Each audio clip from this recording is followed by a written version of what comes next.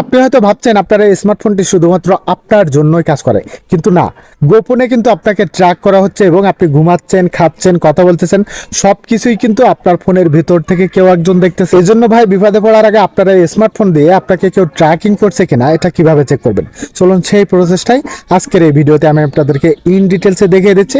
তার আগে আপনাদের কাছে একটা রিকোয়েস্ট থাকবে, এখনো পর্যন্ত যারা আমার এই আইডিটাকে ফলো দেননি please hit the follow button, আর যারা যারা অলরেডি ফলো করেছেন তাদেরকে অসংখ্য ধন্যবাদ। তো এর জন্য ফার্স্ট অফ অল আপনাদের ফোনে সেটিংসে চলে এসে গুগল অপশনে ট্যাপ করে দিবেন। তারপর এখান থেকে ওয়াল সার্ভিস, দেন এখান থেকে স্ক্রল করে একটু নিচে গেলে দেখতে পারবেন আনকমন ট্র্যাকার অ্যালার্টস নামে একটা অপশন রয়েছে, এই অপশনটার উপরে ট্যাপ করে দিবেন।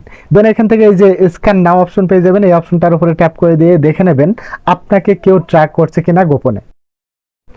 এখান থেকে স্ক্যানিং কমপ্লিট হয়ে গেলে আপনাকে কেউ যদি ট্র্যাকিং করে তাহলে তার ওয়েবসাইট বা অ্যাপটা কিন্তু এখানে চলে আসবে, আর আপনাকে কেউ যদি ট্র্যাকিং না করে তাহলে কিন্তু আপনারা এই টিক চিহ্ন পেয়ে যাবেন, তাহলে আপনি বুঝে নেবেন আপনি কিন্তু সেভে আছেন।